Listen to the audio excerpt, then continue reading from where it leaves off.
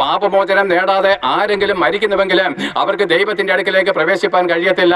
ഒരു മനുഷ്യൻ ഏത് ജാതി മതസ്ഥരായാലും ശരി, ക്രിസ്തീയ മതവിശ്വാസിയോ പുരോഹിതനുമായിക്കോട്ടെ, പാപമോചനം നേടാതെ പാപിയായിട്ടാണ് ഇവിടെ മരിക്കുന്നെങ്കിൽ അവൻ നരകാഗ്നിയിലേക്കാണ് പോകുന്നത്.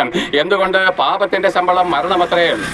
അതേ പ്രിയപ്പെട്ടവരെ, പാപത്തിന്റെ ശമ്പളം മരണമാണെന്നുള്ള ദൈവകോടതിയുടെ മുമ്പിൽ എല്ലാവരും പാപം ചെയ്ത് ദൈവ തേജസ് നഷ്ടപ്പെടുത്തിയവരായിട്ട് തീർന്നു.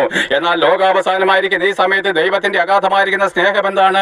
കരുണാസമ്പന്നനായ ദൈവമോ നമ്മെ സ്നേഹിച്ച മഹാസ്നേഹ നിമിത്തം അതിക്രമങ്ങളാലും പാപങ്ങളാലും മരിച്ചു പോയിരുന്ന നമ്മളെ വീണ്ടെടുക്കേണ്ടതിന് ആകാശത്തെയും ഭൂമിയെ സൃഷ്ടിച്ച ദൈവവചനമായിരിക്കുന്ന ദൈവപുത്രനായിരിക്കുന്ന ക്രിസ്തു ഈ താണലോകത്തിലേക്ക് ഒരു മനുഷ്യനായിട്ട് ഇറങ്ങി വരികയാണ്.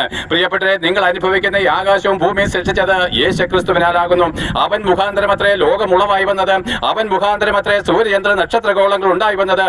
യേശു ക്രിസ്തുവിനെ നിഷേധിക്കുന്നവരെ കേട്ടുകൊള്ളുവേൻ, നീ അനുഭവിക്കുന്ന സൂര്യനും നീ ശ്വസിക്കുന്ന വായും സൃഷ്ടിച്ചത് ഈ ക്രിസ്തുവിനാലാണ്. എന്നിട്ട് നീ അവനെ തള്ളിക്കളയുന്ന നിന്റെ ഉള്ളത്തിലുള്ള പാപമത്രേ.